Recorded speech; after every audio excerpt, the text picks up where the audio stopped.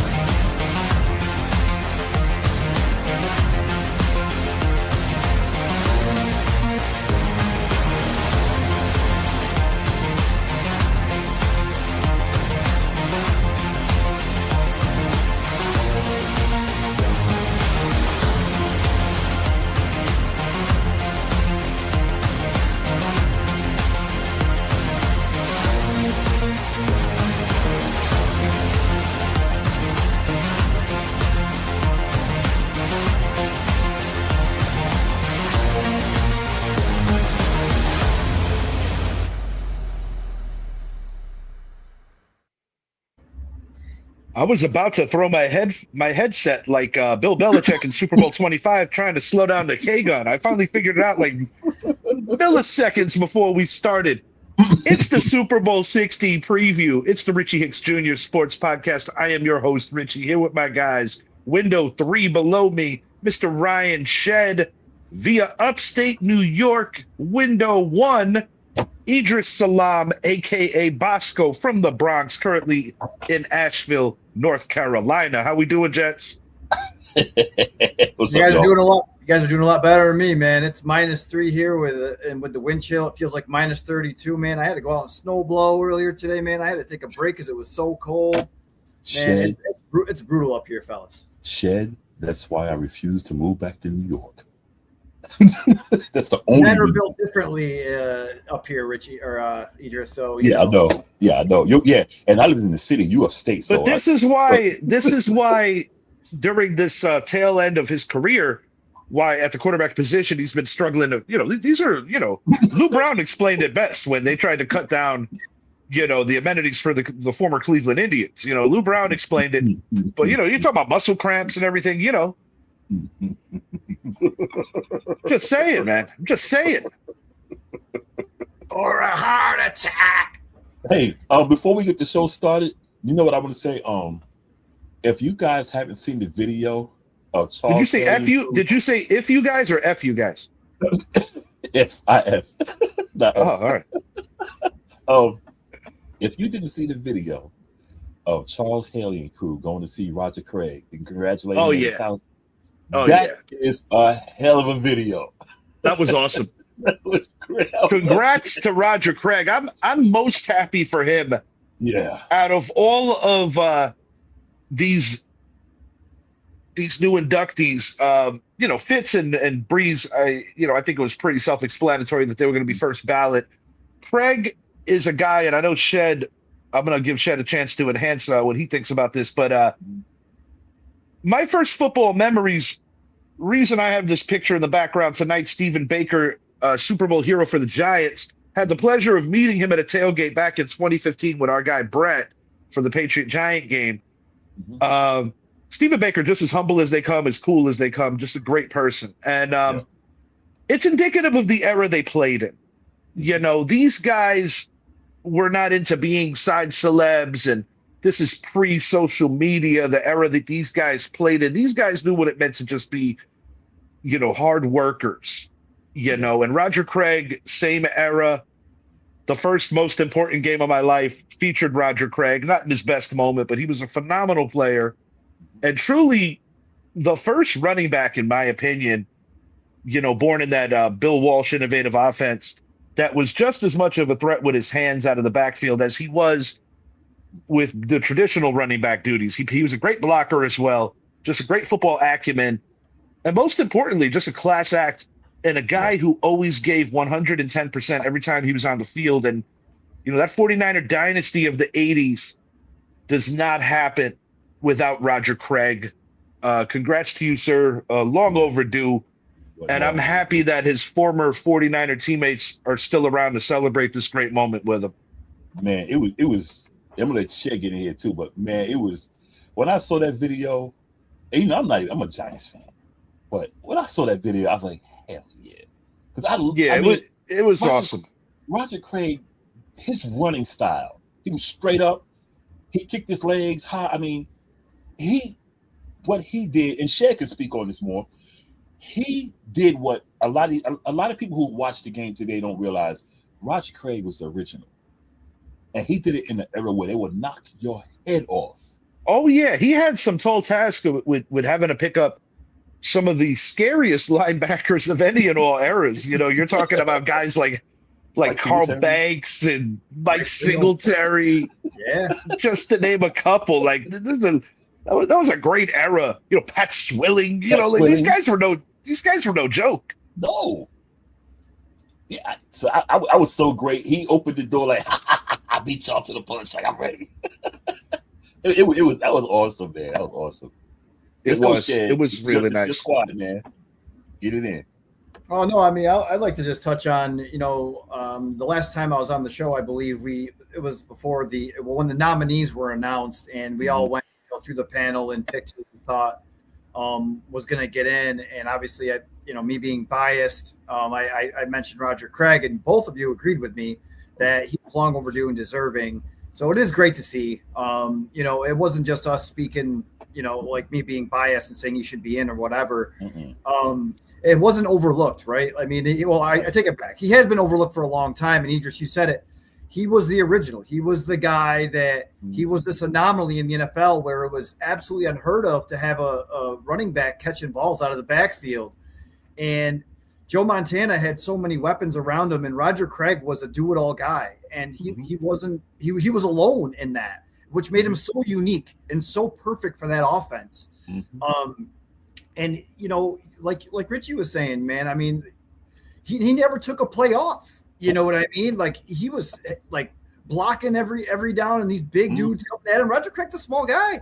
Yes. But he ran with power and with authority, and he had great vision and great hands in the backfield. I mean, he started it all. And the fact that he had been overlooked for so long is kind of sad. He's still around, which is great. And he's more than deserving to be in there. And I'm glad he got in. I hate to, I don't want to take anything away from the 2026 draft class, and not just because Roger Craig's in it, but Drew Brees and Larry Fitzgerald and Luke Kuechly and the all-time scoring leader and Adam Vinatieri, because everything is just being scrutinized because of the Bill Belichick and Robert Kraft snubs. Mm-hmm. So I don't want people are talking about boycotting the Hall of Fame and all that stuff. I mean, that's completely unfair to the guys that actually did get in and do deserve to be there. Right. If you're one of those guys, I mean, how would you feel? Right? Mm-hmm. Like, everybody's going to boycott it and not treat this like a true Hall of Fame class because Bill Belichick got snubbed. I mean, that to me is an insult to them. Right. That's valid, Shed. That's valid. Reach it, man. And I'm going to touch on something similar to a situation like this. We all agree, as does pretty much every football fan that ever lived, that Jerry Rice is the greatest wide receiver of all time. But after those two, the consensus usually lands on Randy Moss 2, Terrell Owens 3, or vice versa, but those are always usually the top three. And we've spoken on this on past shows. What we found strange is that during the course of Terrell Owens' career, people like Skip Bayless, among others, really went out of their way to go in on his character.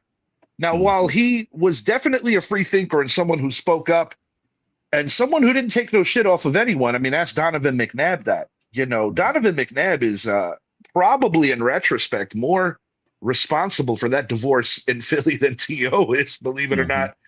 I think T.O., manned up for mistakes that he made in the past, like, say, the Jeff Garcia situation.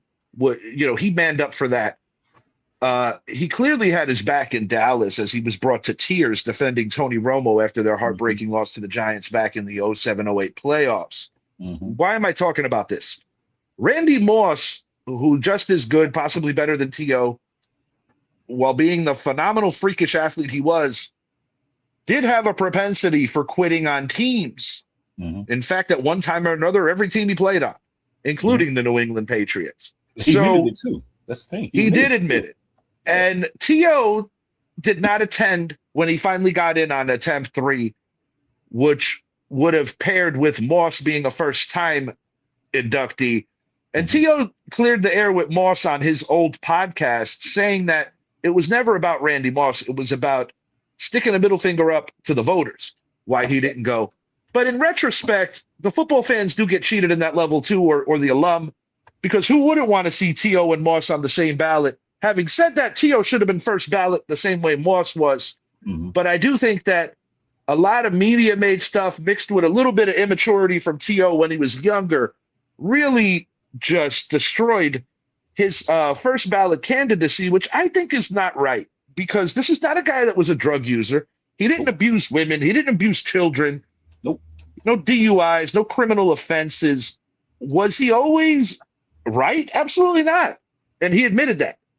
But I do think that people like Skip Bayless, who I basically have about as much use for as the toilet paper I used this morning. Right. You know, that's just me being brutally honest when I think about Skip Bayless as a journalist. I think he's very disrespectful. I think like if we were talking about hip hop, he's in the same lane to me as Charlemagne the God, a total idiot and a total troll. And Charles Barkley can't stand him either. I'd love to see those two cross paths. But you know something? Okay, go ahead. That's the only reason I brought it up. And Shed makes a good point. He does. You know, I would not want people to boycott because the Roger Craigs of the world waited far too long. And you cannot tell the story of the 49er dynasty, which in some people's minds might be the most dominant one, without that player. So, yes, Shed, I share your sentiments. Yeah, I agree, man. T.O., he was an ass, but it didn't take away from him being a great football player. The same with Charles Haley. Charles Haley, you know, was like standoffish, you know, but it didn't take away from Charles Haley being probably one of the greatest defensive linemen. Charles Haley was a beast. No question. He was a machine. You know, God, you know, he went to Dallas and did the same thing he did in you know, similar to Dion. And we spoke about it with Bar None Floyd when he was our guest. He flat out said it. He said, Dion was what got us over the top on so many layers and metrics.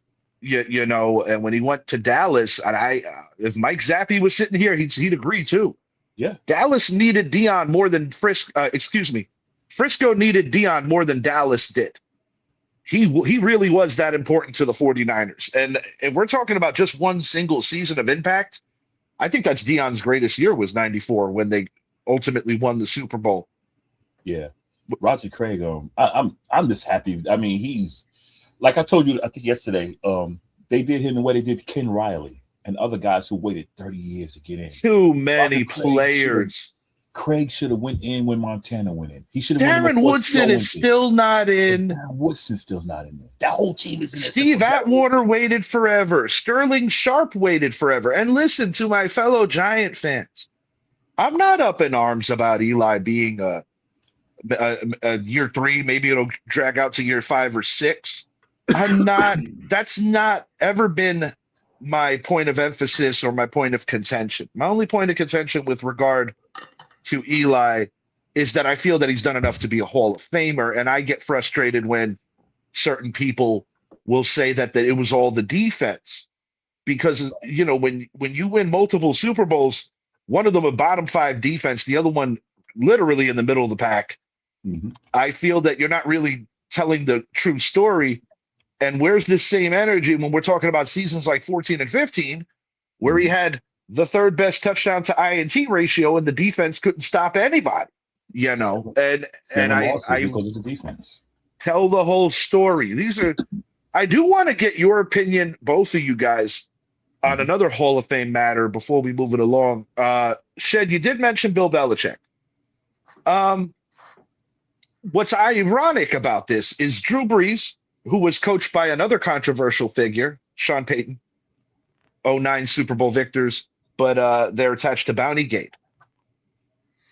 Do you feel, Shed, that it's a hypocrisy to a level that a guy like a Brady or a guy like a Breeze, who I don't have any issue with regard to the scandal, so to speak, definitely not Spygate, definitely not Bountygate. Those are more defensive-sided scandal shortcut things.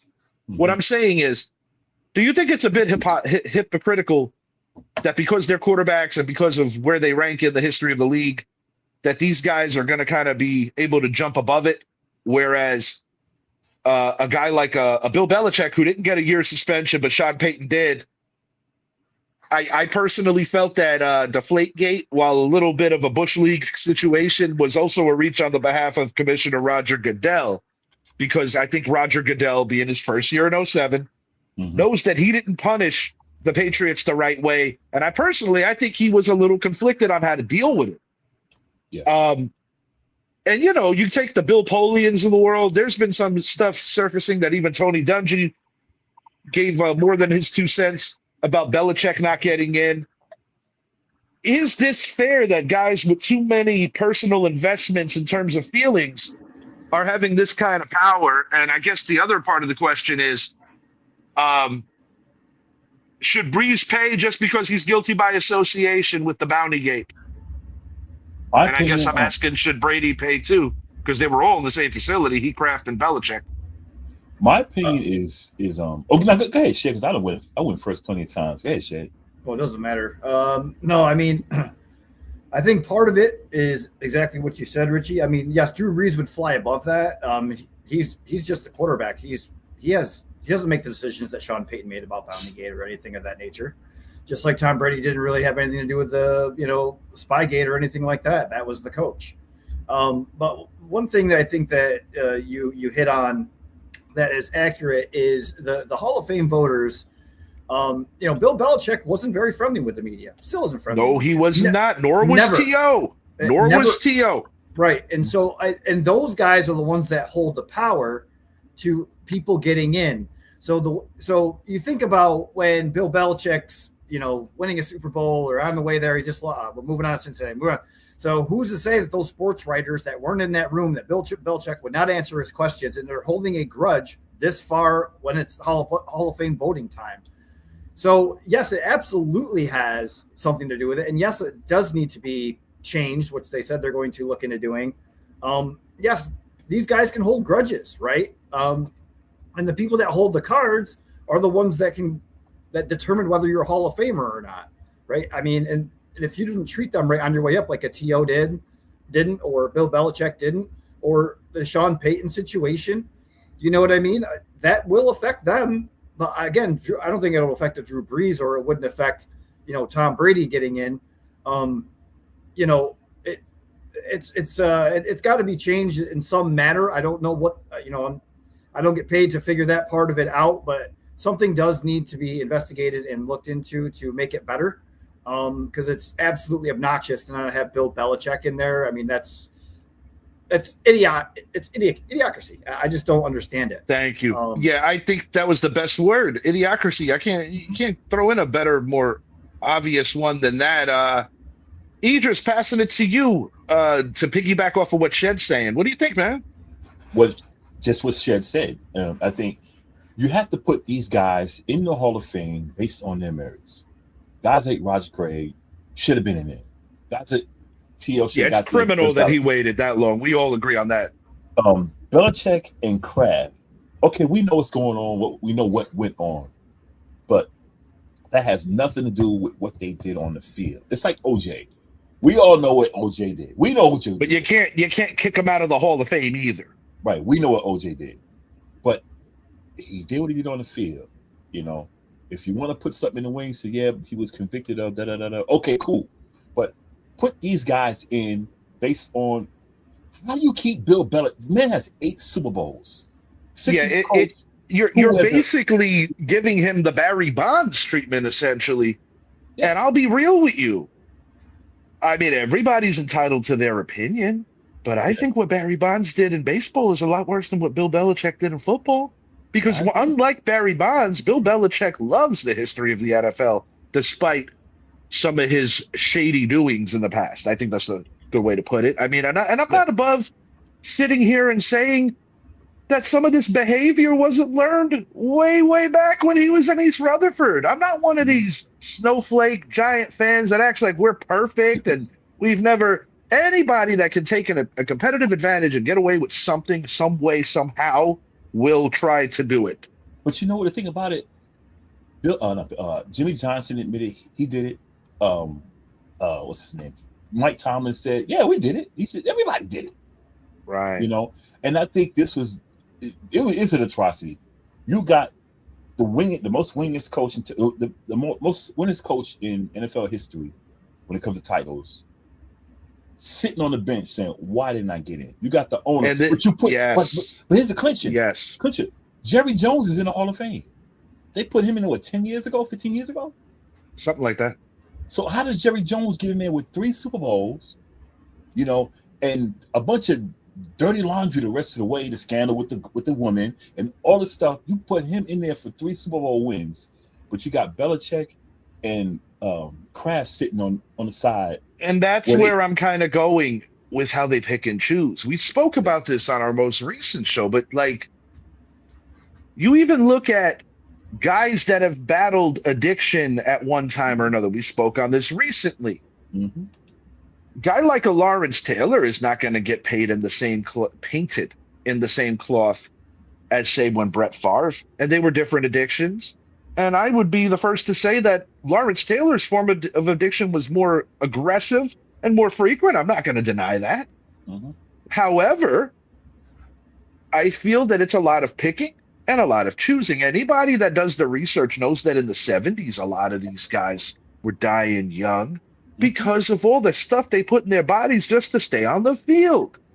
Someone near and dear to my heart, thank you. Someone near and dear to my heart who I knew as a kid suffered that fate because it was never about cheating the game. He just never wanted to stop playing the game, you know, and I think sometimes people lose sight of that. Well, all I could say about Lyle Alzado, the hell with what the media said.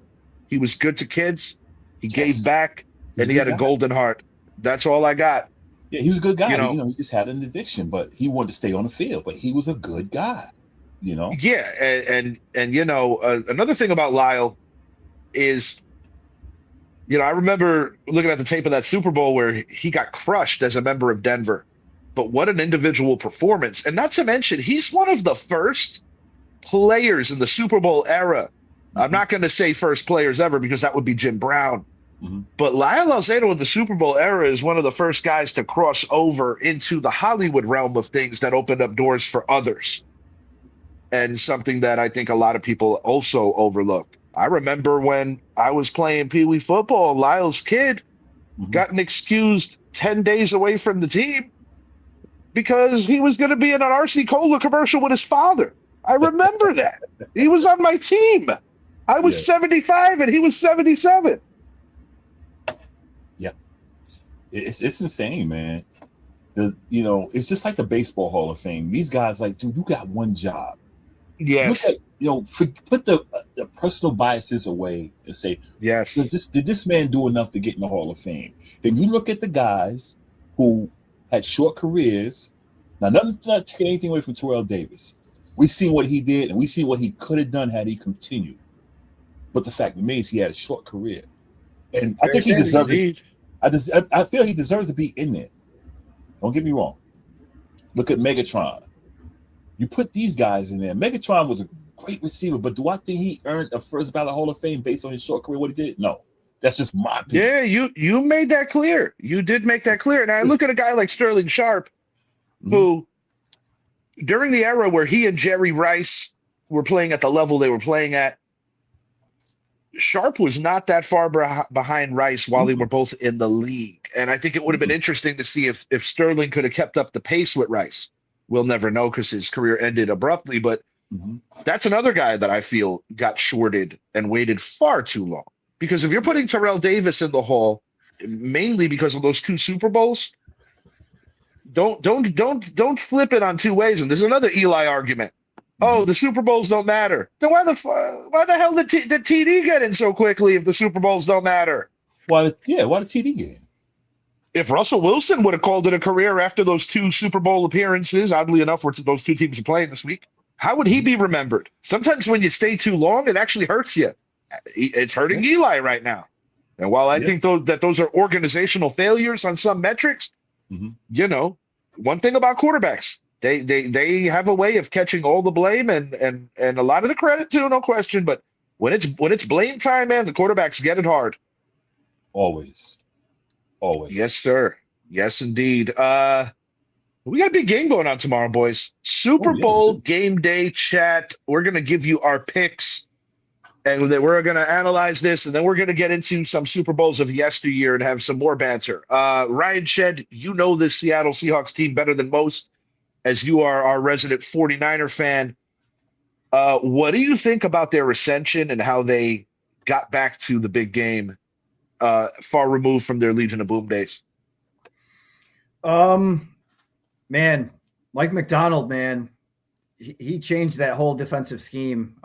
They brought in some guys, Leonard Williams, that you Giants fan fan base can eat shit for that.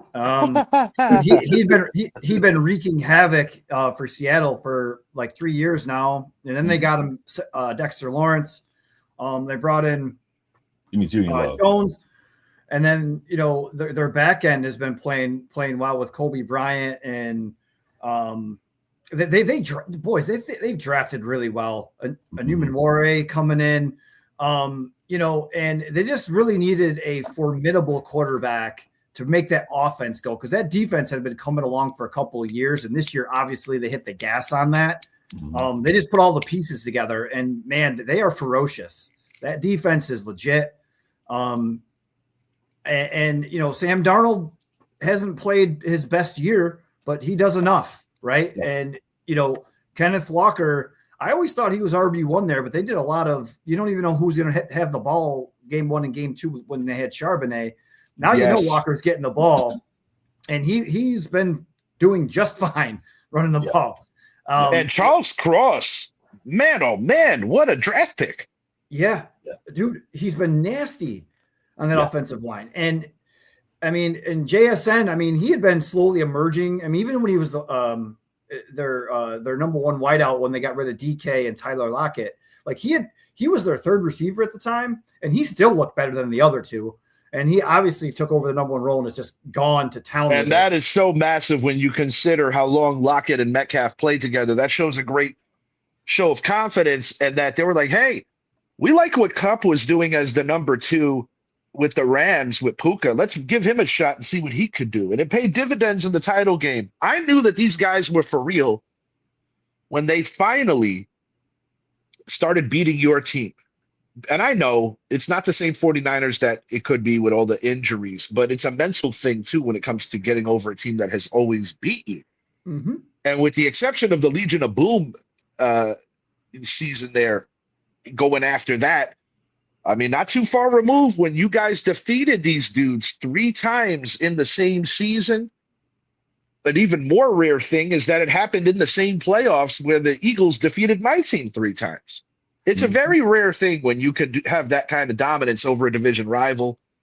I remember I was a guest on the Sergio Rodriguez show, and I told Sergio up and down, I don't care how Seattle looks. The Niners are going into the 12th man, and they're going to stomp them out. And this was back in that year, 22. It was a primetime game. I remember it vividly. And I was like, like little playful stuff with Sergio, but shouts out Sergio Rodriguez. Great show he's got there. Hell of a baseball mind. But yeah, this team to me is a victim of an East Coast bias to a level, because I think that a lot of casuals or even people that love this game, they don't really look at this team with the same kind of pizzazz and the same kind of energy that you look at a Rams team, a 49er team when they're clicking. Anything going on in the Northeast, whether it's the AFC East, the NFC East, the Dallas Cowboys always grab the headlines. I feel that this is a team that is just always kind of overlooked. Yep. And I think the region does have something to do with it, because even when you look at the history of the West, recent history, bigger history, it seems like on the consensus, the 49ers and the Rams get more respect consistently. I understand why the 49ers do. They have a phenomenal lineage. Whereas the Rams, I think it's more of a recency thing. Yeah, I agree 100%, man. Yeah, Seattle. First, I want to give shots out to Cooper Kupp, man. He did so much for the Rams, and he just like, yeah, we're done with you. And here he is, right back in the Super Bowl. Shouts out to Stephon Diggs, too. He's an idiot. Yeah. He's been an idiot, but you know what? He's there now. And there's a few other players, like Shed said, you know, Leonard Williams. I was mad when the Giants traded him away. I was like, God, why? Him and Dexter was a good combination. You know, Julian Love. He reminds me of Merlin Olsen. Merlin, yes. That is the most a player of yesteryear. I was just about to say Merlin Olsen. I was literally saying Merlin Olsen. Julian Love, another one, you know, former Giant. He did a lot for us, man. He can play safety. He can play corner. And where did Julian Love go to school, Mr. Salam? Notre Dame. Yes, sir. Yes, sir. the home of the touchdown Jesus and vampires. I say Notre Dame because, you know, that's the vampires. Yeah. Notre Dame, you know, touchdown Jesus. But yeah, shouts out. As for Seattle, for them to build so fast, you know, that, I mean, golly, man. I don't know what to say, dude. Y'all said everything. Well, I mean, the addition to Rashid Shaheed was a telltale sign that they were going all in. Our man Book mentioned that when he was a guest on the show. Sure did. Yeah. You know some shit? I forgot about that. You're right. Yeah. The Shaheed addition, I mean, that special teams, I mean, if we're going to talk advantages in the Super Bowl real quick, I mean, the defense, I would say the Seahawks have an advantage on defense and an advantage in special teams. The offense could go either way. Maybe you give the edge to New England, but it's like 50-50, you know, like 51-49. It's really close, but I think that special teams and defense definitely falls on Seattle's side. No question. Yeah, I mean, Jason Myers, the most consistent kicker in the NFL this year. Exactly. Yep. I do want to say this before we move it along to the other team playing in this game. Sam Darnold, man, his ascension, and it's funny how things work out because it didn't start in Minnesota. It actually started in Santa Clara in the Kyle Shanahan school, where I think Darnold was able to dust himself off and get much needed confidence and know that he belonged in this league. He wasn't going to get it with that dysfunctional crew in East Rutherford named the New York Jets. It just wasn't going to happen there. He got kicked around a little bit. You know, he played with Carolina. After Baker Mayfield left Cleveland, the two of them were both vying for the same spot. They became good friends, and they were able to kind of heal their careers together where they both got better opportunities after that stop. But Sam Darnold, super instrumental in so much of this. And before we move it along, keeping it on the NFC West attention, I do want to ask you something about the NFL honors. Actually, two things. Number one, do you feel Christian McCaffrey should have won the league MVP? And number two, should Kyle Shanahan have won the Coach of the Year? Yep. I'm checking both. I'm going to tell you why with CMC. Well, go ahead, Shay. This is your team. Go ahead. Oh, it's fine. No, I mean, Christian McCaffrey got comeback player of the year, and rightfully so. NFL MVP, I mean, he had the most touches in the league, but he still didn't have the burst and the yards per carry. But he was a do-it-all player, man. I mean, I don't know if there was a more important player to any single team in the NFL than Christian McCaffrey. That's kind of the reason why I'm pointing in that direction, because when I look at what the Rams did, I'm not knocking down Matthew Stafford, but I do think it was a light year in terms of MVP candidates as opposed to other years. It also helps when you have the most dynamic duo at the wide receiver position. Devontae Adams, Puka Nacua really complement each other so well, you know. And it also helps when you have Kyron out of Notre and you got Corum out of Michigan. Those two are a nice little tandem. Yep. And I think McVay's a phenomenal coach too. Don't get it twisted. I'm just saying, when I look at what the 49ers achieved, this is interesting, man. They beat the team week 1 that's currently in the Super Bowl. They eliminated the team last year that won the Super Bowl. And I feel that during the course of the year, they overcome so much. And I'm not surprised that they got shellacked against Seattle, and I'm not surprised that that's how this season's story ended. But when you're giving the coach of the year to Mike Vrabel, where the Patriots had the softest schedule in the NFL, but you're choosing against Kyle Shanahan and against Mike McDonald in the most competitive division in this year. The NFC West was by far the most competitive division. Mm-hmm.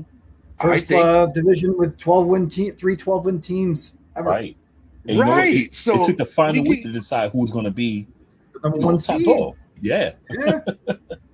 I mean, Richie, you said it though. Like, for all the adversity that the 49ers have went through, I don't think you could argue they're the best coaching job, which is the award, 100%. was Kyle Shanahan.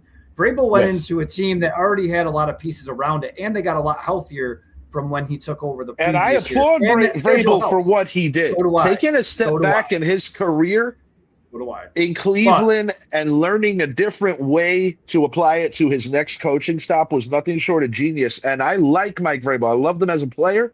I thought he got hosed when he got canned by Tennessee. I thought that was really shitty the way they did him. However, I'm sorry. If it's not Kyle Shanahan, it needs to be the other guy that's coaching against Vrabel. And I said this to Idris on our most recent show. Will that serve as some bulletin board material or as some sort of motivation for his Seahawk players to be like, no, gents, you got this wrong. He's the coach of the year. This guy, our guy. Yeah. You know what? That's motivation. I'm going with Shanahan too, because, I mean, and props to him, period. Even before the season. He brought Sam Darnold in, fixed him. He brought in Baker Mayfield, fixed him. He brought in Mac Jones. Mac Jones looked good this year in relief. Yes, that's another thing that I forgot to mention. Mac Jones played half the year. Yes. And he did games. Niners went 5-3. Right. Yes, sir. So you got this guy deserved, my opinion, he deserved it. Shouts out to Mythic Play. We see you over there, man. We had an analogy. Shouts out to you, bro. Thanks for showing up. 16-14 Patriots. I got it worse than that, but I'm going to give you my opinion when we give ours, but it's going to be worse than that, bro. I tend to agree, and I do have to politely disagree with you here, or at least give you my spin on it. It's not so much that I'm blaming the Patriots for their schedule, but I think when this game gets going and they really lock horns, they're going to find out what it's like to not catch every break in a postseason game, because I never recall a team catching this many breaks on the path to a Lombardi trophy. I can. Any Tom Brady win fucking Super Bowl, the tuck rule, up 28-3 against the Falcons, and when you have beast mode on the goal line and you throw what? Anyway. Yeah. Well, I'll put it to you like this. While you make good points there, Shed, those Patriot teams were so far superior to this one. And it's just like, yes. I applaud them for what they did. Don't get me wrong. But when the New York Football Giants have more wins in the regular season against winning teams than the New England Patriots do, to NAFO's point, Mythic Plague, it's not their fault. But I do not see them in the same stratosphere as not only the Seattle Seahawks, but also the Los Angeles Rams, because I felt that whoever won the NFC, well, not whoever, I didn't think Philly would beat New England, or it would be a better game, or, not a shoo-in. The 49ers, has too many damn injuries. But the point is like, whoever won that title game, I felt it was superior. And the last time I felt so strongly about that, truthfully, you got to go back to the 90s, guys, when the NFC East was winning this thing every friggin' year. And then the NFC East passed it to the NFC West, and then Green Bay won, and then Green Bay finally lost. The NFC finally lost when Green Bay lost to John Elway and co. You know what I see how this game turning out, and I'm going to stand by it. Seattle versus Denver. That's how I see this game turning out. Seattle versus Denver. When they killed them. You know what? I even want Seattle to wear the old school jerseys, the throwbacks, the Sherman. I call them Sherman Smiths. I wish they did. I wish they did. Wear the blue Sherman Smith, Jim Zorn jersey with the black shoes. Take it all the way back. Take it all the way back. Well, speaking of unis, the New England Patriots are undefeated in the white on whites, and it's very rare that a designated home team in the Super Bowl will elect to wear a road uniform, but that's exactly what the New England Patriots are doing because they have not lost a game in those uniforms all season long. So that's also something. That's also something to keep an eye on for those of you, the listeners and the viewers that are like, a little more on the superstitious side. Not yet. Okay. We got to talk about the other guys. I don't want people to just think I painted them as a lucky team. The New England Patriots accomplished a lot this year. Yeah. Christian Gonzalez, shutdown corner. He's going to be tested tomorrow. That is the matchup of the game. Something that me and Brett, he was on the show last week as well, both agree on. I don't agree with the way Brett sees things going, but I do agree with the fact that Gonzalez has really made a bunch of headway at this juncture of his career now that he's finally healthy. This is a team that takes on the attitude of their coach. No question about it. Anybody that remembers that when Mike Vrabel played, he was a hard worker. He was very physical, but he was also very intelligent. And he never looked lost on a play. And one thing about this Patriot team, and I know Shed said it some weeks back when he was a guest here, they do everything. Yes, they do everything right. Very rarely is there, a brain fart on this team. And, I like what they got at running back. I think their defense is the strongest part of their team. I also like the job that Andy Borregales has done as a young kicker in the league, high profile situations, making some big kicks. And we see how detrimental kicking could be when look at what happened with Green Bay this year. They should have won that game. But I still think they benefit hardcore from a soft schedule. You play Denver's backup quarterback, and Sean Payton has a brain freeze, not taking 3 there. Against Houston, they were missing so many people, and CJ Stroud just played like shit. And week 1 in the playoffs, the Los Angeles Chargers really got after Drake May. And I feel that game was a lot closer than it should have been going into the fourth quarter. New England literally would have to play the perfect game. And that's not my words. That's friend of the show, Steven Ridlon, who I spoke to today, diehard Sox, diehard Patriot fan. And as much as I don't care for the fan base, Boston fan bases, he is one of the best fans out. He is a bit of a troll, but a friend of mine. I wanted him to come on the show tonight, but I think he's already getting started with his Super Bowl festivities. And I get it. It's a great feeling when your team's in the big dance. Yeah, it's just I see New England play, and they do enough to win. They do get by on a lot of stuff. I'm not saying any calls or anything. Like, they get lucky breaks, but defense wins championships. And yes, indeed. Yes, indeed. I don't care what they say. In the end, you need a defense. You need a defense. Go back to our 7-11 Giants. Our defense was crap the whole season. But we shut down we shut down the New England offense. Yeah. You just look at it. Go back to that Seattle-Denver game. That Denver defense, that Seattle defense set the tone right out the gate. And the weather was picture perfect for a team that played in that region, too. Right. Going into MetLife Stadium and those kind of elements, that was like right up Seattle's alley. So that's what I'm saying. So you have to have defense. Look at New England when they beat Seattle. Yes. Pete Carroll made the wrong call. You go beast mode at the goal line. But still, that was a great defensive play. Nice comment. No question. I like Mythic Plague, man. Mythic Plague. He delivers He's great. That was my late father's favorite team. And at the earliest of ages, he tried to get me to jump on the Green Bay train. And the best he could do is I'm a Packers sympathizer. My younger sister is a Packer fan. But I fell in love with the Giants basically in 1990. I was 9 years old. First year that I was really understanding the game of football as a player. It was my second year playing, first year that I really was locking in and getting it. And, our games were over. So I was able to watch the Giants every week on my grandfather's big box TV. And I basically was not just hooked with football, but hooked with the New York Giants pretty much since 90. And a lot of ups and downs, man. But, for anybody that follows a team forever, And I become great friends with this guy Shed, and it's just wild. Like all our teams have like a lineage together. Like our guy Brett, his Western New York roots. He knew Shed growing up, and He's a Bills fan, Richie. Don't care what you say. Something, Shed. I agree. I got pictures of Brett and freaking the old school starter jacket and the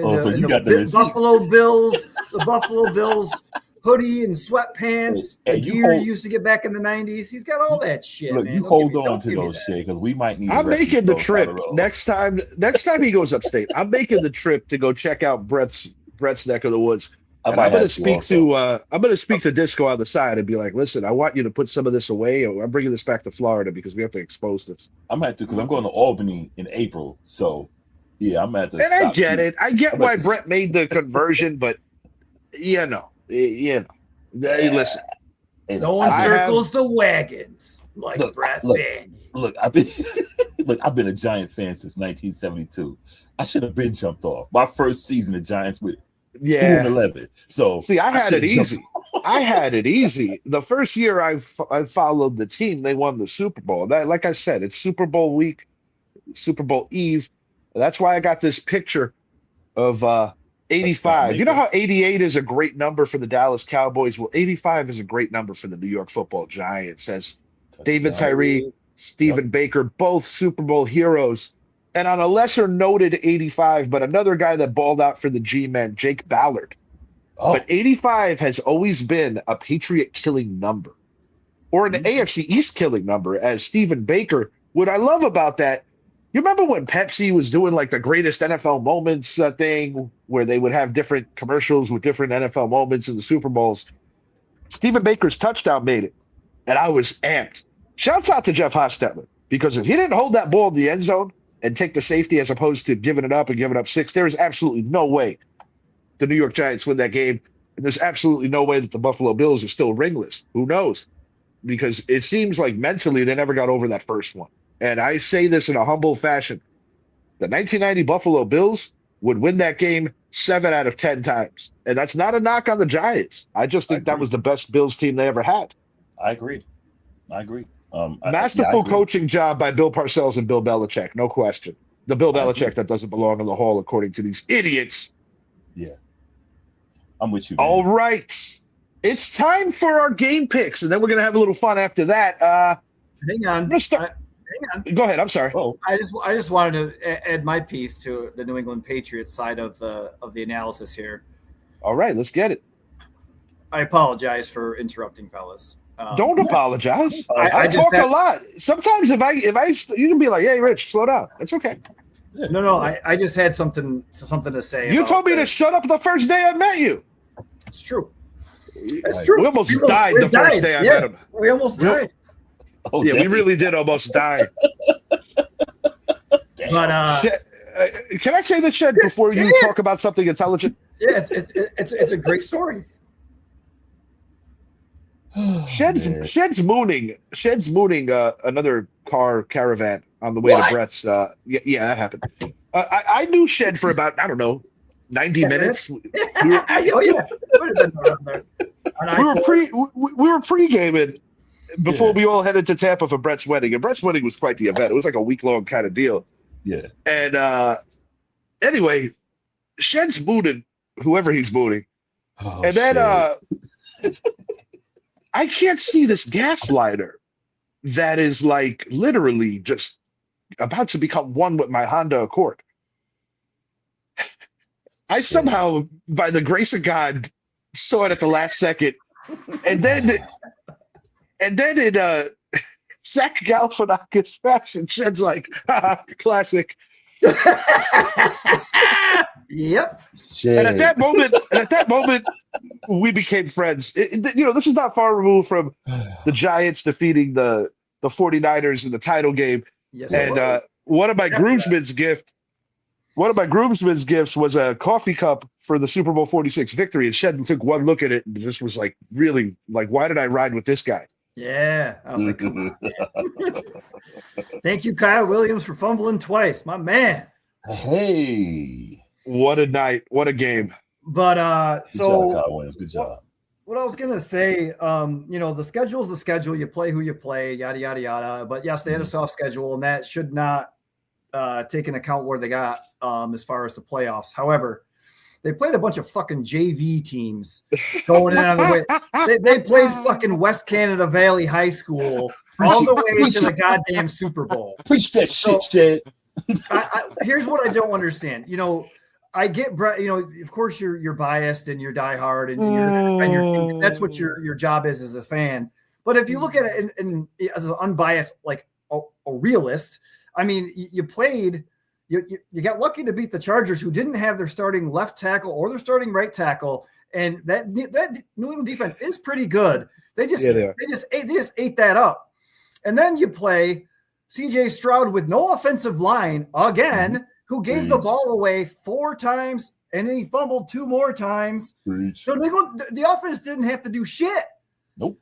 They played fucking JV teams. And then you played Denver, who had their backup quarterback in a fucking snowstorm. You played a JV team to get to the Super Bowl, too. They couldn't even beat they had trouble with the backup quarterback, too.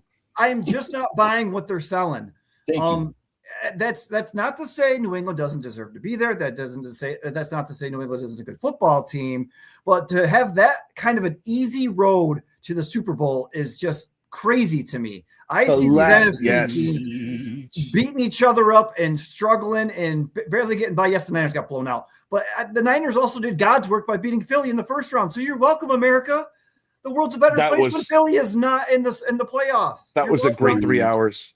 That was a great 3 hours. Shit, that right there should have been said tomorrow at a church gathering, because you just preached the damn gospel. Hallelujah, sing to you, Pastor Wentz. I love it. All right, we're gonna move this along. That was awesome. We're gonna move this along to our game picks. I'm gonna start this. I think you guys know which direction I'm going. The question is, what's the final score? In the end, who's more liable to turn the ball over in this particular game? If Sam Darnold does turn the ball over, it's going to be because he stubbornly puts too many 50-50 situations in the area of Christian Gonzalez. I recall a Patriot defense from yesteryear that wanted to take Victor Cruz and Hakeem Nicks out of a game where guys' second, third, fourth options were eating. I think that in the passing structure of this, you could see a guy like Barner surprise and possibly get in the end zone and possibly even have a big game. He's been relatively quiet in these playoffs. I think you can see the former Super Bowl MVP Cooper Kupp have one last big Super Bowl play. I respect the hell out of Christian Gonzalez, and I understand that he could give JSN a real hard time. But when I look at what the Seattle Seahawks have, which is a completely healthy team playing at this level, I think it's going to be a very long day for young Drake May. I don't think it's going to be as egregious as the year that Seattle beat the Broncos, but I think this could look a little bit like the second half of the Cowboys and Bills, part 2. Give me the Seattle Seahawks by a final of 37-20. 37-20, a 17-point victory for the Seahawks. So what does that mean? That means Seahawks and the over. 17-point victory for the Seattle Seahawks. You picked my score, so next. Oh, shit. Did I really? Yeah, that's my score. 37-20. Damn. That's my score. And my 37-20 is not where mine is a little different than what you say. You have it where at the end, I have Seattle jumping out on New England right out the gate, maybe 10-0, and then 10-3, and then they go 17-3. I have it like that. I think in the end, I just don't see. You think New England's going to get some vanity points, is what you're saying? Yeah, because I mean, Christian Gonzalez is who he is, but I don't know, man. I look at how they played in the playoffs. Just like Shed nailed everything. Even with the Denver game, I know the elements was they should have beaten Denver's ass with the coaching decisions Sean Payton made. You're playing against a backup quarterback. They should have won that game. It should have been Seattle's gonna whoop that ass. That's all I got to say. 37-20.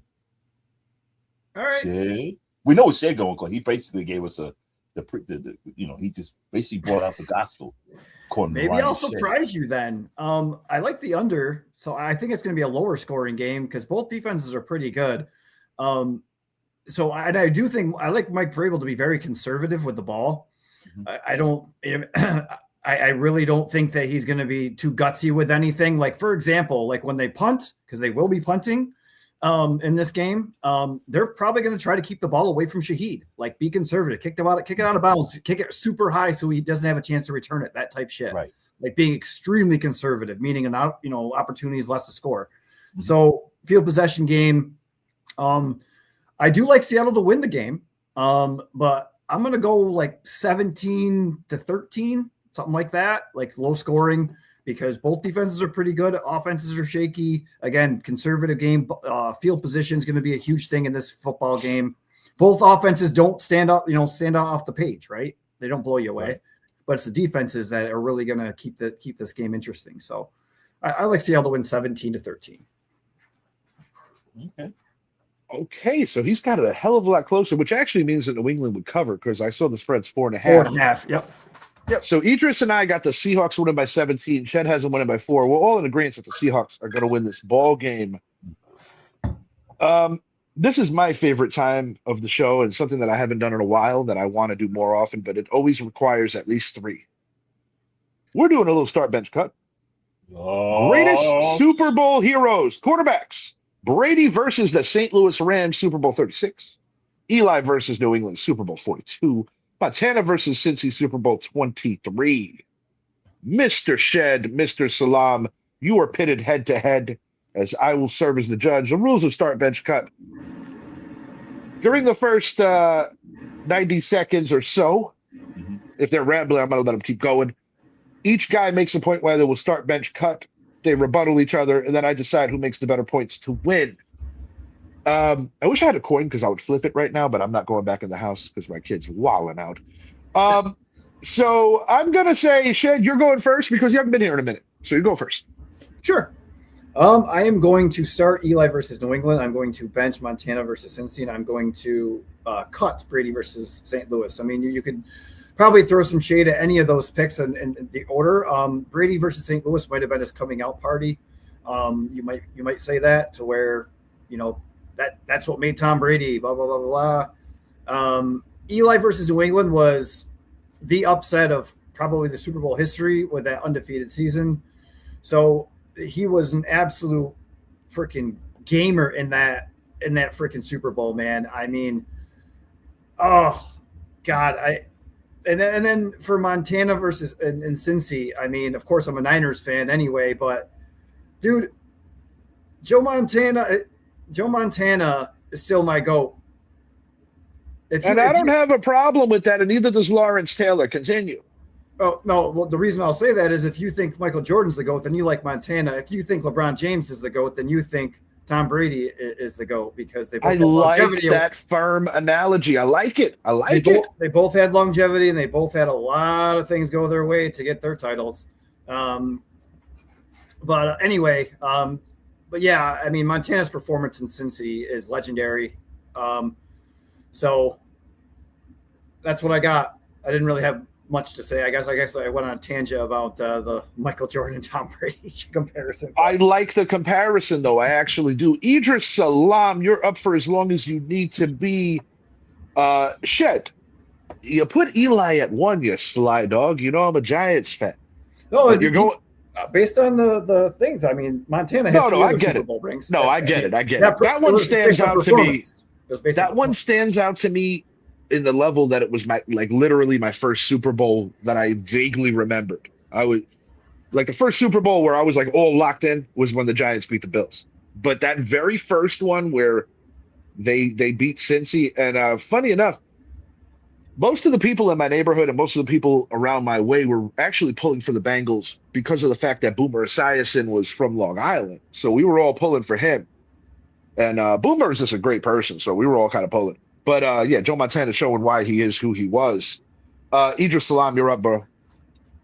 Starting Eli benching Brady, cutting Montana. Here's why.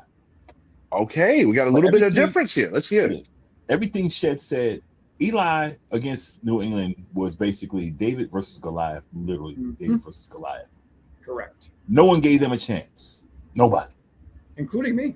Yeah, no one gave a chance. So I'm going with that. The reason I'm cutting Montana and moving Brady up for almost the same reasons with Eli. You know, Brady wasn't really the Brady we know right now. He was still earning his way up. Yeah. And they had a decent defense. So yeah. Brady wasn't an all-pro. He was good, but he wasn't elite yet. That's why I'm putting him there, to where Montana played against Boomer. Boomer wasn't a scrub. And we know what Montana was. Boomer wasn't a scrub.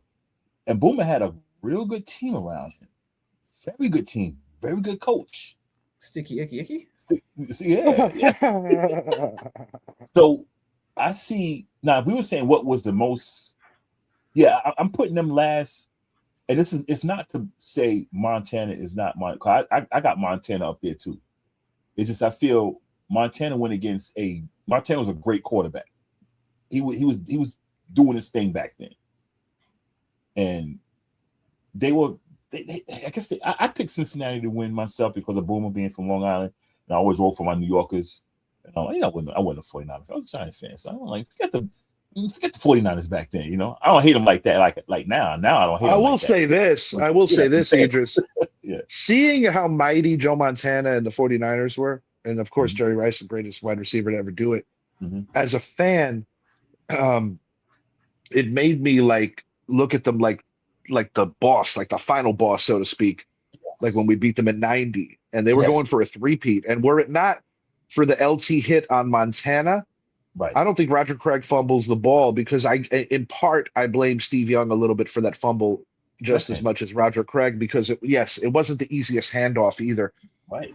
So I'm not going to put that all on Roger Craig, but we still had to kick the field goal. 5 field goals. You talk about defensive performances. That 49er offense was sensational. Montana was the league MVP. And Montana says it not in a shit way, but in an honest way. He's like, we were supposed to three-peat. He says we should have three-peated, and I couldn't even compete for my job because I recently saw a video about Joe Montana's divorce with the Niners. Good stuff. And that was must-see TV when Montana and Young went head-to-head. I got to give Shed the edge here, and no fault of yours, Idris, but because you went second. And it's a little tougher. But I do not agree with you on the flip Brady and Montana thing, for the sheer fact that while I'm not a judge and I'm not going to keep Bill Belichick out of the Hall of Fame, I know what they were doing schematically in that first half. But have no fear, there's a round 2. But hold on, was this about who was the best Super Bowl, or who was like? Because I based mine on who was the underdog compared to who was the favorite. Was it supposed to be like based on performance? The performance in the I mean, obviously, no. There is no wrong. There is no wrong. Some of it really just goes to what I'm thinking in the moment, and a lot of times I'm not judged. But there's a round 2. And you're going to go first this time. It's that racism match. No, I'm joking. Greatest quarterback to never win a Super Bowl. Oh, man. Dan Marino, Jim Kelly, Fran Tarkenton. I'm going to give each of you a hint here. Performance in the game that they played in, meaning the Super Bowl, does matter here. It's not just based on their career achievements. I just want to get that out of the way. So I go first. Whew. Wow. I'm starting Marino. Damn, this is a hard one.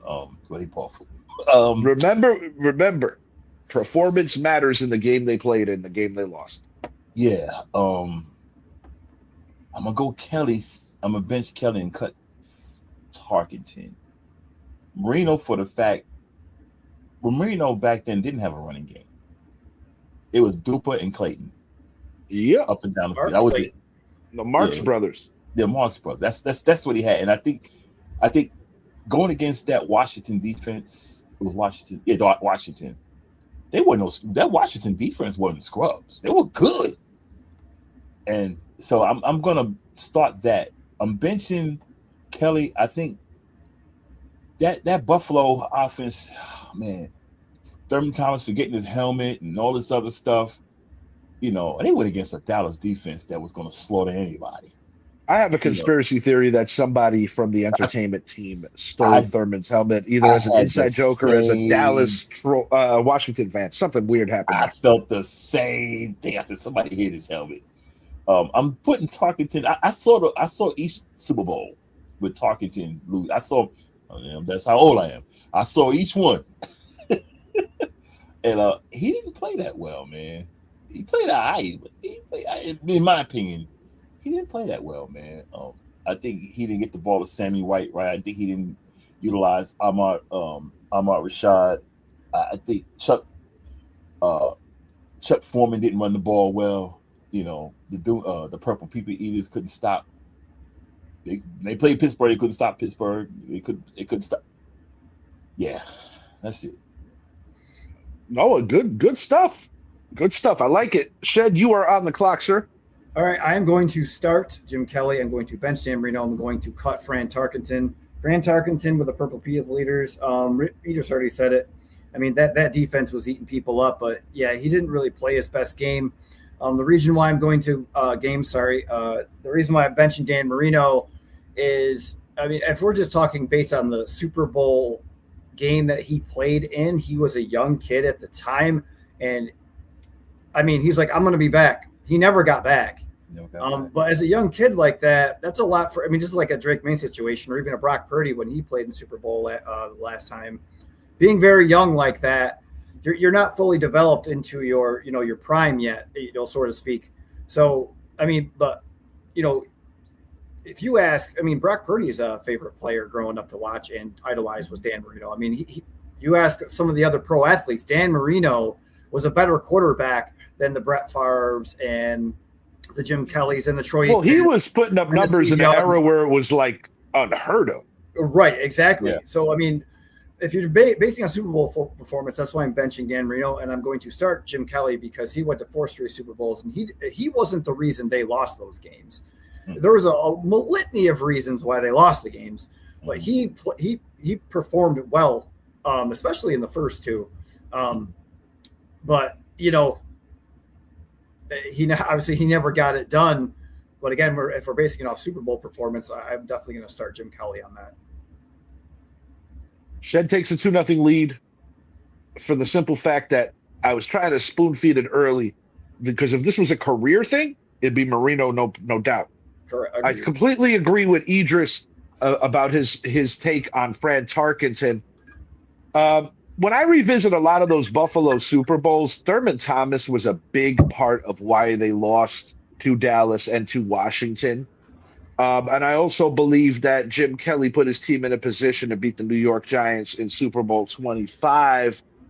And to be honest, a little more impressively than Brady probably did against the greatest show on turf. But Norwood didn't make the kick and Vinatieri did. Round 3 is going to be 2 points. And if Idris ties, we're going to have one last one. Like this. I like being the judge, so I'm not under pressure. Idris is like, nah, bro, I'm out. Well, oh, shoot. Hold on a second. My headphones fell out. Hold on, my stuff. Dang it. All right. I'm probably going first anyway, so go ahead. My headphones are unplugged. Shed is my nemesis, man. I can't beat Shed. I whoop freaking Brett's ass every time. I think I got him like 7-2 or 7-1. So. That's like saying you beat up a 2-year-old kid there, Idris. Yeah, hey, look, I need to recover. Man. I need a tune-up fight. All right, let's go. All right, I'm about to put it up. Here we go. All right, greatest defensive performance all time in a Super Bowl. We've got the Ravens versus the Giants, the 49ers versus the Broncos, the Bears versus the Patriots. Ravens versus Giants was Super Bowl 35. 49ers versus Broncos was Super Bowl 24. Super Bowl 35, not 25 for the Ravens Giants. 49ers versus Broncos was 24. Bears versus Patriots was 20. Idris's cousin Emery was a member of that legendary Bears team. Who wants to go first? I'll let you guys decide. Who wants to go first here? I'll go first, but this one I know I'm Shed's gonna wipe the floor with me on this one. Not necessarily. Let's see, because if you can tie it, this is like the bonus round, and then we go for a final question. Golly, man, I'm gonna start. Mythic Plague. Idris is a former boxer too, so it's even more funny when you say it like that. Yeah, good. Yes, you're right. You're right, Mythic Plague. Dang, I'm gonna put it back up there again. I'm gonna start. I'm gonna start Niners versus Broncos. I'm gonna bench Ravens Giants, and I'm gonna cut Bears Patriots. Okay. And I'm doing that based on the quarterbacks. I hope Emery's not watching this show. You might be getting a middle finger as you say this, but let's hear it anyway. I'm gonna tell you, Emery's going to understand what I'm saying when I finish saying it. The reason I'm starting the 49ers and Broncos because you had Montana versus Elway. You had two Hall of Fame quarterbacks. They weren't Hall of Fame back then, but we knew they were going to the Hall of Fame. No doubt. You had two great quarterbacks. You had two damn 49ers defense was Keenan Turner. They was something else. So I think with that, the 49ers demolished a Broncos team who had the players to win. Okay. I benched Ravens Giants because similar to that game, I'm benching Ravens Giants because the Ravens had Trent Dilfer as quarterback, but that defense won that game against Kerry Collins and the boys. And it wasn't like that Giants team was scrubbed. That Giants team was good, damn good. And we were loaded. So, but they went out there and just demolished us. The Bears Patriots, we knew what the Bears was when they walked in the game, when they walked into the stadium. I think the Patriots quarterback was Tony Eason. I think it was Tony Eason. It was actually Grogan. Was it Grogan? Damn, I thought Grogan retired by then. Grogan was a good quarterback, though. Let me double check that. I thought, yeah, it might have been. I thought Grogan retired by then. Maybe not. But either way, that Bears team was loaded. They were dominant all season because when you talk about the Chicago Bears, the 85 Bears, they talk about the defense. You don't talk about Jim McMahon. You don't talk about, I think Willie Gault was on the team. I'm not sure. That goes so I can't remember who was on the offense other than Jim McMahon. Of course, Sweetness was on there too, offense. So that's why I'm putting that one third. They did beat the living shit out of the Patriots. But, Brady wasn't playing. If Grogan was playing, I don't think Grogan was playing, though. I think it was Tony Eason. So that's what I'm going with. And I don't know where Richie went. He's not even in the thing. So what you want to talk about, Shed, until he gets back? He's back. This is Kai. He's back. This is Kai. We about to talk about Steve Grogan. I just had to check it out real quick. Was it really? Oh, I didn't even. I thought he had retired already. Yeah, but yeah, Grogan was a good quarterback. Great. I wouldn't say great, but he was good. Montetucci Asopo, he had Stanley Morgan. He had a good team, but there was no way.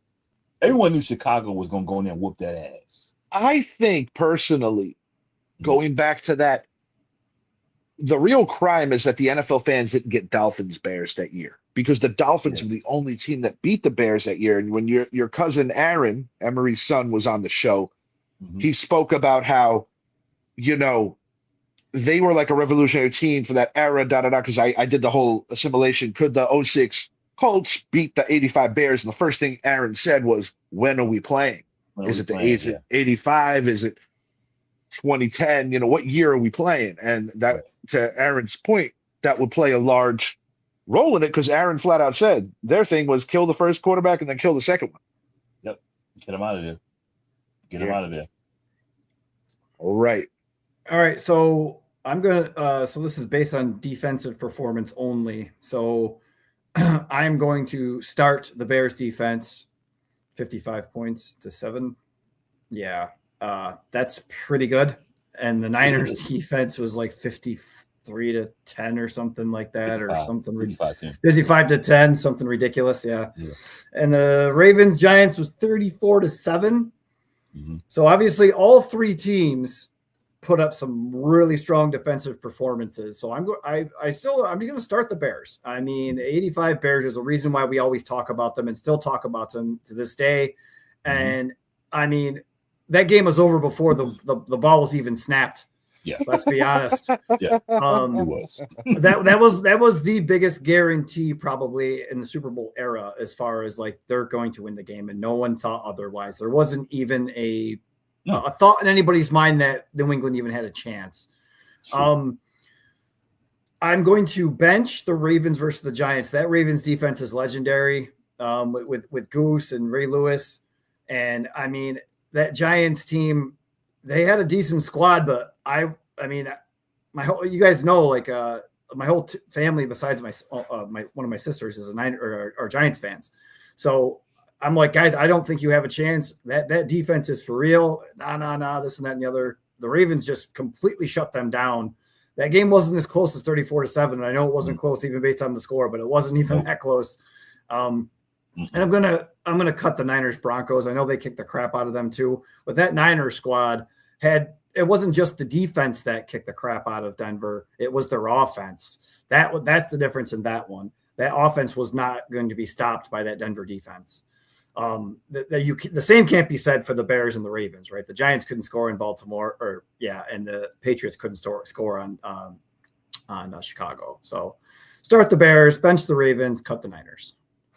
All great points. The reason I'm going to lean on Idris for the W here is because the reason I agree with the 49ers being the team is because I feel that they handed it in a big way to the best quarterback of the opponents. The Ravens, for all accounts and purposes, shut out the New York Giants. And while I admire the run that the Giants won on in 2000, I don't think they were that good.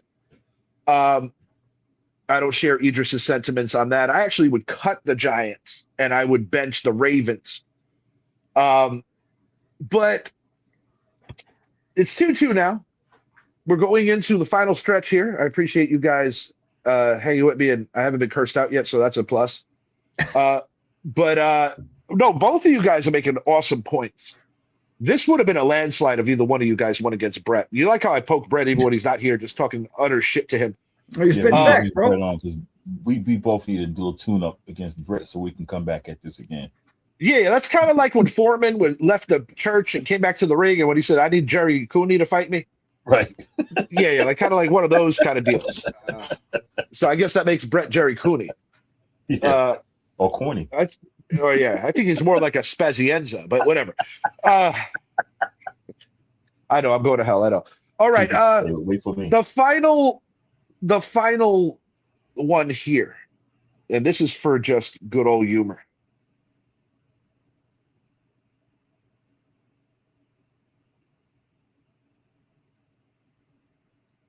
Are we doing this again? All right, here we go. All right. Give me one reason why Bill Duke should take Arnold. I'm winning this one. He just has all I'm going to say is he just has a very talented family. That's all I got. I'm winning this one. That's all I got. Uncle Bill, I hope you watching this show, because your nephew, the one who looks like you, is about to win this thing right here. Give me one reason why Bill Duke could take Arnold.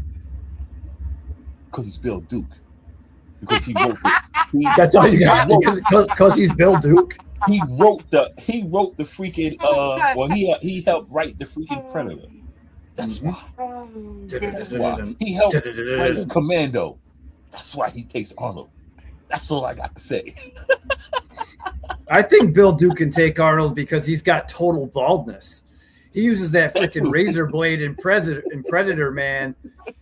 You can even buy it now on Amazon. You can buy the tough guy razor blade because Bill Duke uses it in Predator when he's shaving his head while he's waiting to hunt down the predator. You could notice that I basically threw this round and gave it the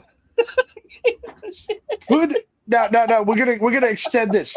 Could Carl Weathers or Jesse Ventura take either one of them? Jesse's a tough guy.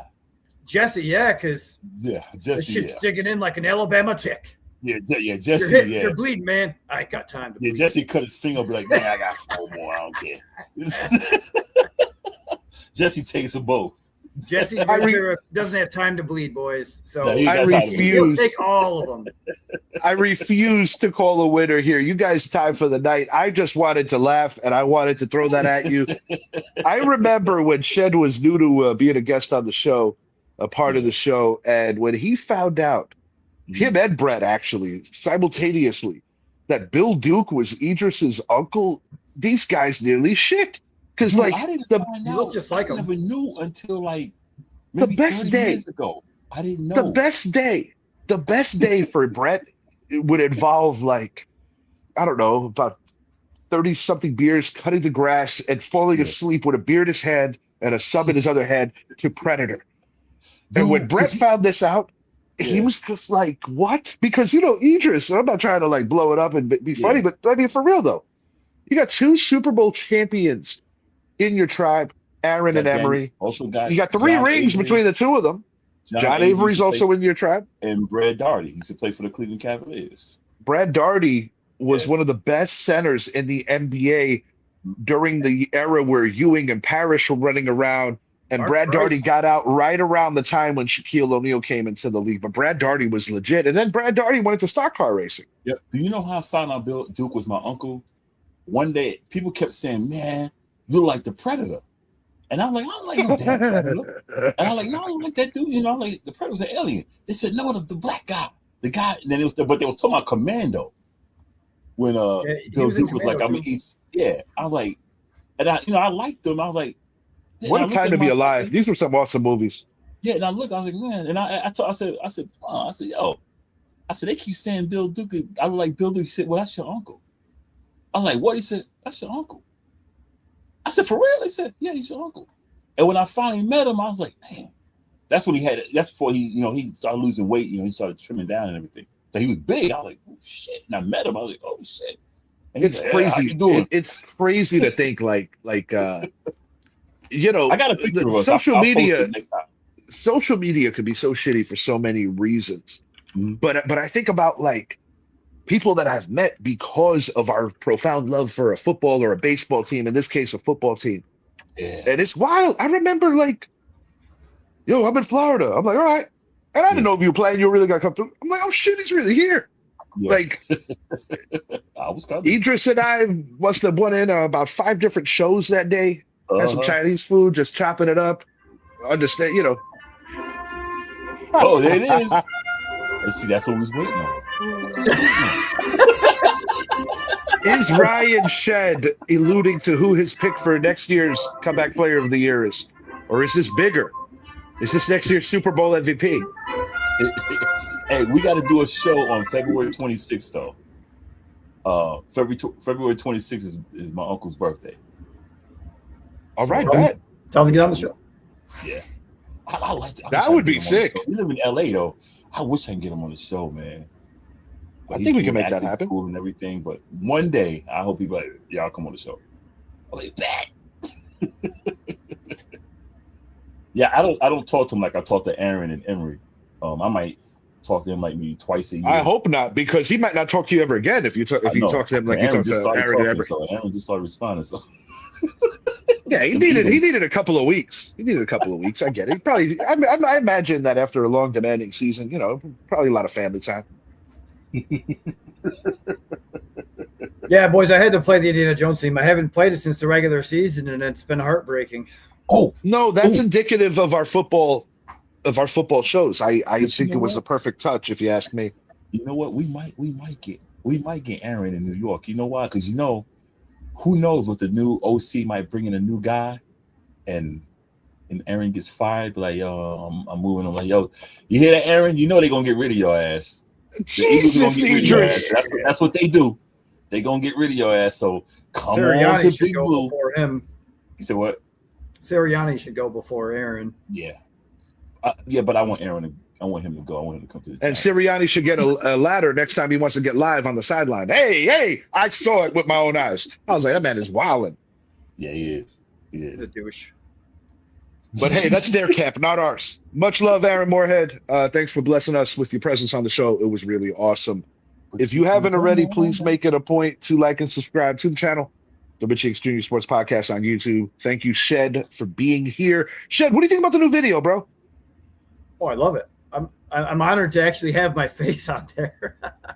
Hey, you're part of what we do here, bro. You know, at different times since the inception of this show, different guys have carried, you know, so much weight around here, you know. And, you know, life gets in the way of certain things. You know, that's why we haven't exactly seen Zappy around. But, you know, Zappy's very much part of the family here still, as is Brett. And, nah, man, love this show, man. And I appreciate all you guys for what you bring here. No, for sure. But anytime I can, man. It's tough with the kids sometimes, you know. No, absolutely. I get it, dude. I get it. Right now, I'm surrounded by a jacuzzi, a kid, a little trampoline here. I cannot wait to clean this Florida room out. We got Noah's TV back from Eustis. I am so pumped about being able to come back here. I got my beer fridge out here. It's gonna be glorious. But yes. NAFO Mythic Plague, thank you for hanging with us. Thanks, Mr. I didn't realize that. Yeah, you're awesome. And I was shocked that we could get comments before we go live. I wasn't even aware of that because I was actually taking a little snooze. I didn't realize that either. About to take one. But you know how like YouTube will let you know, hey, we're going live, or waiting or whatever. Yep. But I was pumped to see that he was already locked in, and I made sure to respond before I fell out. But no, great show tonight. I always like to incorporate past Super Bowls whenever it's this time of the year because it is in a lot of ways for the sports fans a national holiday. You know, a lot of times the game doesn't live up to the billing. Unfortunately, I think tomorrow that might be the case. Brett was like, do you want to come over tomorrow? That might be a game day decision. But, you know, I love Brett to death. But I'm like, do I really want to see this guy blacked out at halftime? Yeah, getting emotional. You might have to bring a whole box. Because you know that tomorrow's going to be a long day for Brett. And I'm not trying to be a dickhead about it. Oh, it's going to be a long day. It's going to be comparable to what I experienced at the NYPD Super Bowl party Far Rockaway Beach to be exact. Yeah. Where the Jet fans started this JETS chant and drunk 20-something-year-old Richie was just like in all his misery. And there ain't nothing more shitty than after that beatdown. Because my dad always had clunkers. He had his good car at the house that never hit the streets of anywhere near the precinct. Yeah. But his car broke down underneath the train, underneath the L line. Bro. 2, 3 in the morning, me and Dad are hella drunk. My father's like, hey, Rich, get out there. Try this. I'm over here playing with some wires. Next thing you know, the car starts. We were like an inch away from getting some heat out there. And I had to like literally jump into the car as my dad was driving it off. And then we went to White Castle. Richie and Pops go to White Castle. Gotta hit the White Castle. Get house freaking 40 freaking burgers. Right. Oh my God. Those were the days. And let me tell you something. When you're high. White Castle up north hits differently than White Castle down south. It does, man. That's all I got on that one. But until next time, I am Richie. He is Shed. He is Idris. Enjoy tomorrow's Super Bowl. We are out, and in unison, we are all picking the Seattle Seahawks. Just to let you know, Brett Bandick did pick the New England Patriots. Of course he did. And I haven't heard from Zappy yet, but I did ask Zappy to drop me a video, which will be a short with his pick. See you guys next time. Have a great night. And so